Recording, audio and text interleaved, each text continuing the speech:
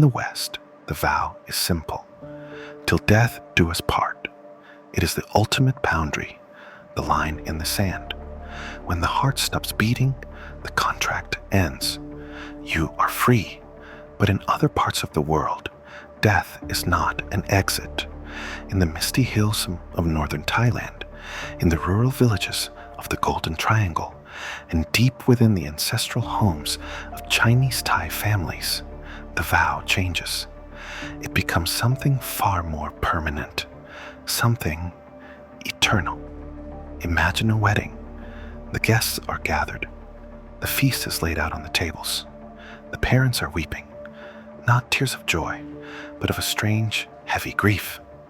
The groom stands tall, wearing a traditional silk sash. But the bride is not standing.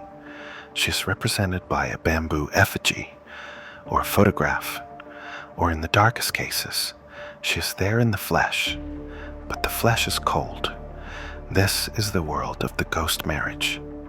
For centuries across Asia, from the plains of China to the bustling streets of Bangkok, families have conducted weddings for the dead.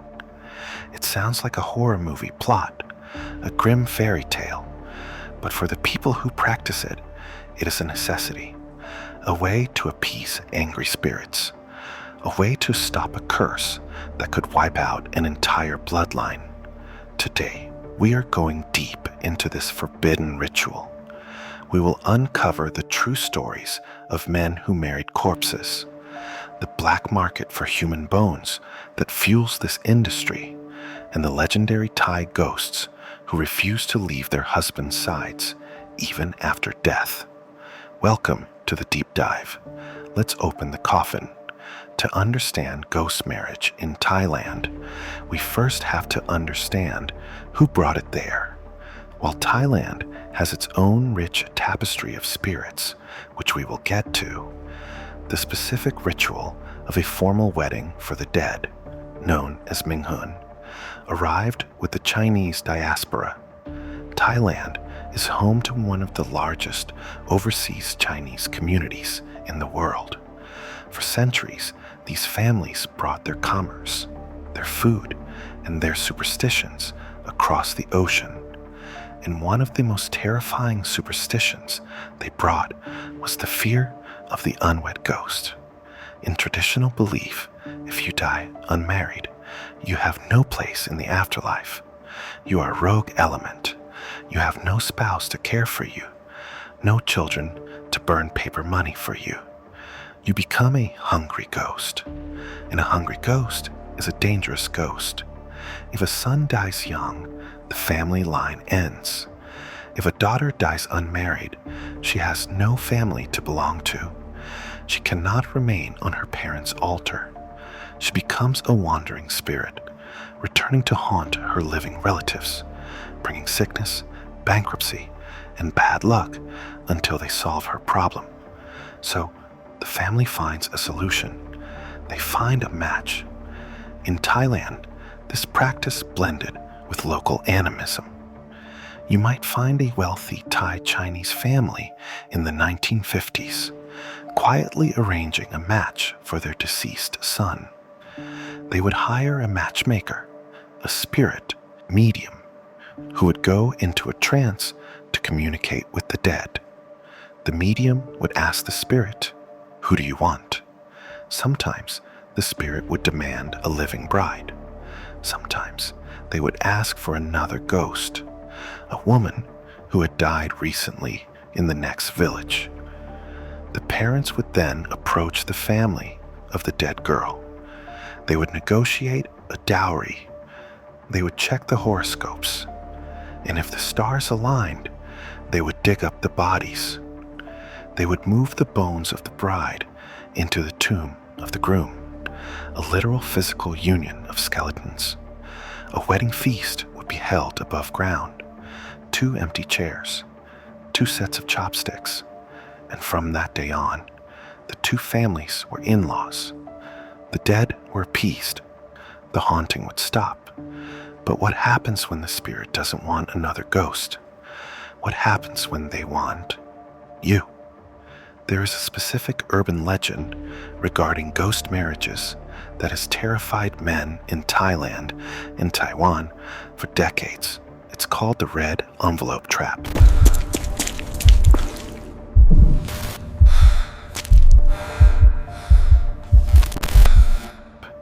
We've all seen the red packets given during Chinese New Year. They signify luck and prosperity. But if you see a red envelope lying alone on the road, do not pick it up. In this ritual, the family of a deceased, unmarried woman will place her photo, a lock of her hair, and some money inside a red envelope. They leave it in a public place. Then they hide nearby and wait. The moment a man touches that envelope, he is chosen. The family will rush out from their hiding spots. They will surround him, calling him son-in-law. They will claim that by picking up the envelope, he accepted the proposal of the ghost bride. You might think, I'd just say no. I'd just walk away. But in these deeply superstitious communities, you can't just walk away. The belief is that the spirit has already marked you. If you refuse the marriage now, she will follow you. She will cause you to lose your job. She will cause your car to crash. She will stand at the foot of your bed every night until you give in. So some men agree. They undergo a ceremony. They bow to the tablet of the deceased girl. They accept her as their spirit wife.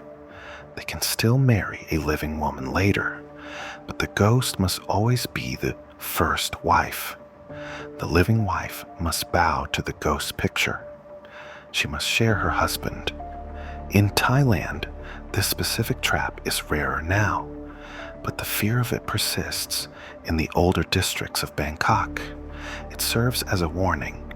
Be careful what you touch. You never know who is watching from the other side.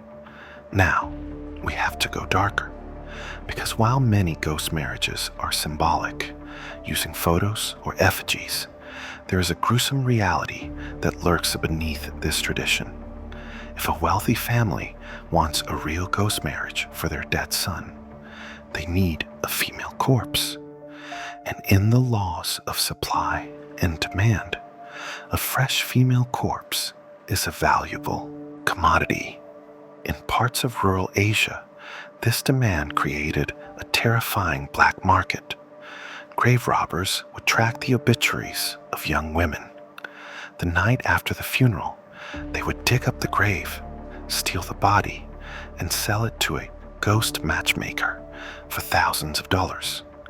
The body would be cleaned up, dressed in wedding red, and sold to a grieving family who asked no questions. This isn't ancient history. Cases like this have popped up in the 21st century. But the most chilling evolution of this crime occurred when the grave robbers got lazy.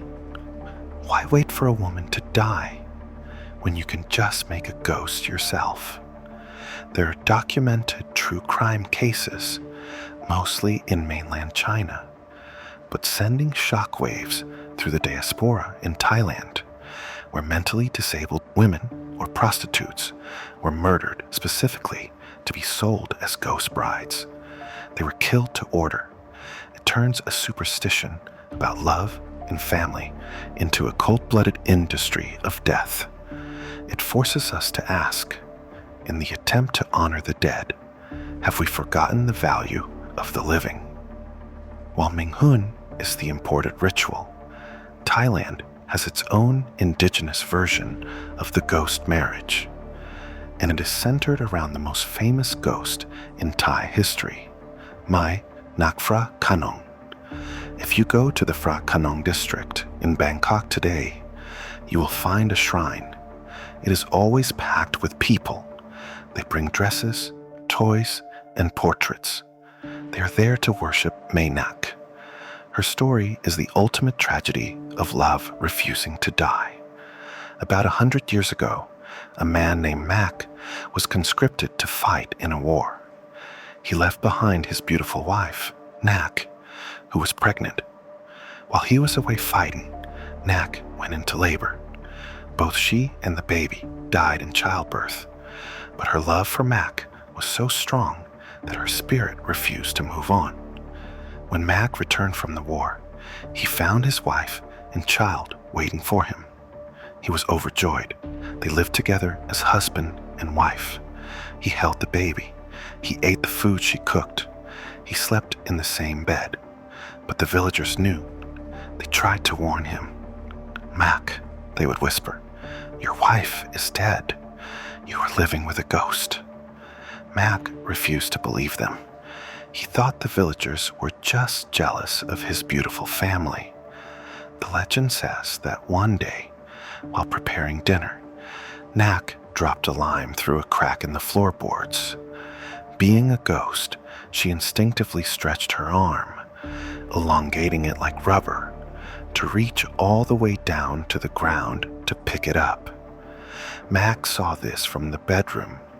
He realized he had been sleeping next to a corpse. He realized the delicious food she cooked was actually rotten leaves and worms, masked by her magic. This story is, in essence, a ghost marriage that the groom didn't consent to. It reflects the deep Thai fear of attachment. In Buddhism, attachment is the cause of suffering. Mae Nak's attachment to her husband turned her into a monster, a spirit that killed anyone who tried to tell her husband the truth. Eventually, a powerful monk, Somdej To, was called. He didn't destroy her. He reasoned with her. He told her that she and Mac were now in two different worlds, but they would meet again in the next life. He trapped her spirit in the bone of her forehead and made it into a waistband buckle. This isn't just a story to Thais. It is history. The shrine is real. People believe her spirit is still there. And in a way, she is the patron saint of ghost marriages, a symbol of a love so fierce it defies the laws of biology. You might think these are just stories from the past, old rituals for old people, but the desire to marry the dead hasn't gone away. It has just changed shape. In 2012, a story broke in Thailand that went viral worldwide. A TV producer named Chadil Defi married his girlfriend, Anne. They had been together for 10 years. They had planned to get married, but they were busy. They kept putting it off. "Next year," they said, "when we have more money." Then, Anne was killed in a car accident. Devastated by the guilt of waiting too long, Chadil decided to go through with the wedding. At her funeral, he held a ceremony. He put a ring on her finger. He kissed her cold forehead. He posted the photos online with a message about the fragility of life. This wasn't a superstitious ritual to appease a hungry ghost. There were no matchmakers, no bone thefts. It was an act of pure, raw grief. It was a ghost marriage for the Instagram age. It showed us that the core impulse behind the ghost marriage isn't just fear of curses. It's love. It's the inability to let go. Whether it's the ancient Chinese father fearing for his son's lonely soul, or a modern Thai man regretting the time he wasted, the motivation is the same. We want to believe that death is not the end of the relationship. Thailand is a country where the veil between the living and the dead is incredibly thin. You see it in the spirit houses that guard every condo building. You see it in the amulets hanging from taxi mirrors. And you see it in the strange, silent weddings of the ghost bride. The ghost marriage asks us a difficult question. What is marriage? Is it a legal contract for the living? Or is it a spiritual bond that transcends the rotting of the flesh? For most of us, till death do us part is a promise. For those who practice these rituals, it is merely a suggestion. They believe that love, obligation, and family duty carry on into the shadows. So, the next time you walk down a street in Bangkok and see a red envelope lying on the pavement,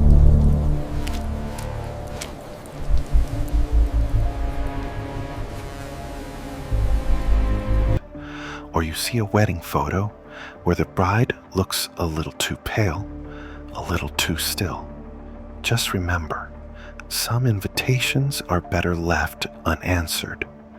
I hope this deep dive gave you a chill and maybe a new perspective on how different cultures handle grief and the afterlife. If you enjoyed this journey into the macabre, do me a huge favor. Hit that subscribe button and turn on notifications. It really helps the channel grow and ensures you never miss a deep dive like this one. We have a lot more dark history and true crime mysteries coming up that you won't want to miss. And let me know in the comments, would you ever attend a ghost marriage? Or is that one tradition you're staying far away from? I'll see you in the next one. Stay safe and watch where you step.